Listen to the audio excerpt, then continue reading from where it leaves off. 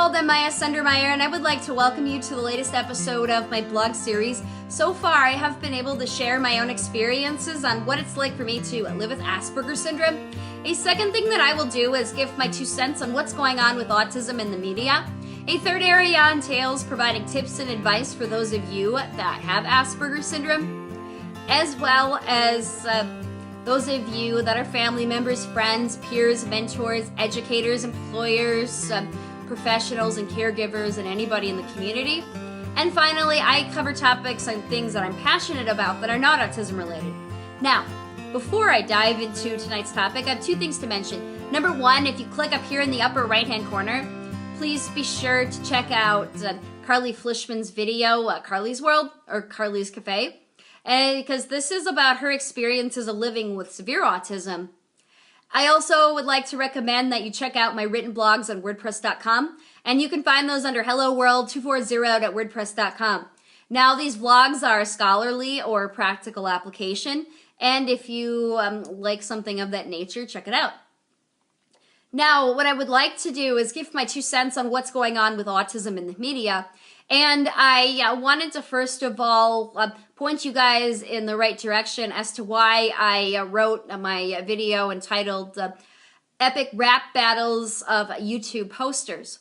And I wanted to start off and mention that I go to a lot of videos that are autism related, and I watch them or listen to them. And I also like to post below. And I do this because I like to watch things for the sake of cross promotions, as well as draw bigger audiences. So I had noticed that there was someone who had posted in a positive light that there are people with severe autism that have things that they probably can do, but we just can't see them. And they thought that we should do away with the low functioning label, when this caregiver responded to them yesterday, and they were annoyed by it, and they were also very negative and closed-minded and also very arrogant, or as I used to say in some of my other videos, sometimes neurotypicals can be a pain in the butt, but we have to live with them. So they were offended, and they basically tried to put the other person down by saying that that we have a right to use the low functioning label, and they explained all their reasons, and they had a right to their opinion. It didn't mean that I agreed with it. So they basically looked at their clients through a keyhole, and they were basically making comments like, well, who are these clients who drool or can't dress themselves or can't write or can't read or can't go to the bathroom on their own? It was just can't.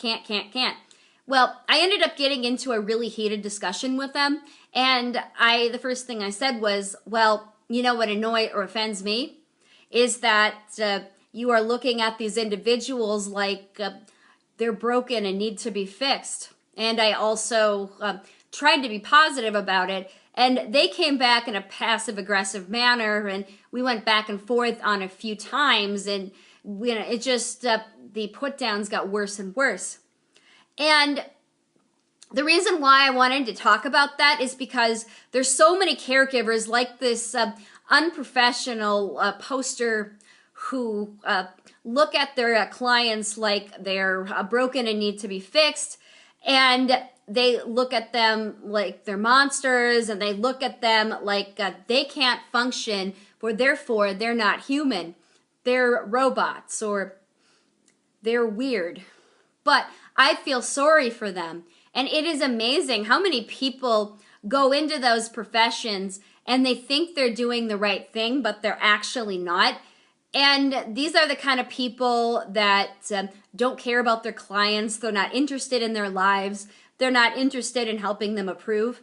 To them, they're just another paycheck, and it's absolutely disgusting.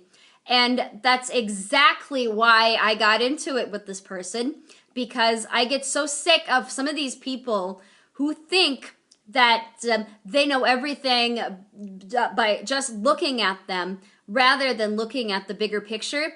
And it makes me so mad because there's all kinds of research out there nowadays on neurodiversity.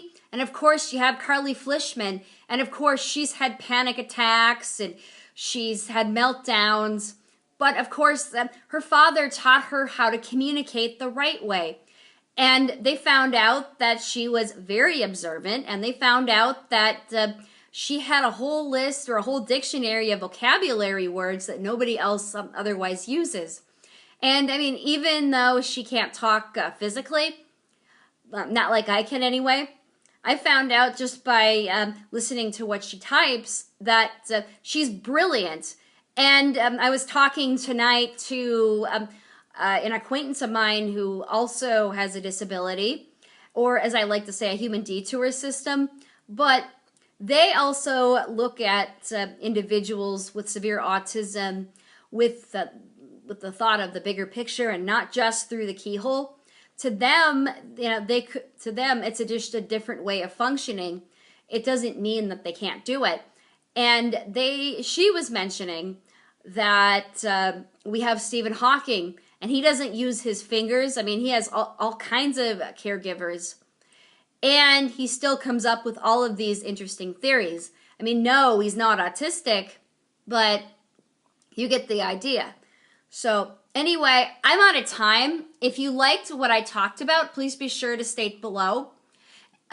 Also, be sure to subscribe to my channel, and also be sure to share these with your autism groups. Until next time, I'm Miyah Sundermeyer. Bye.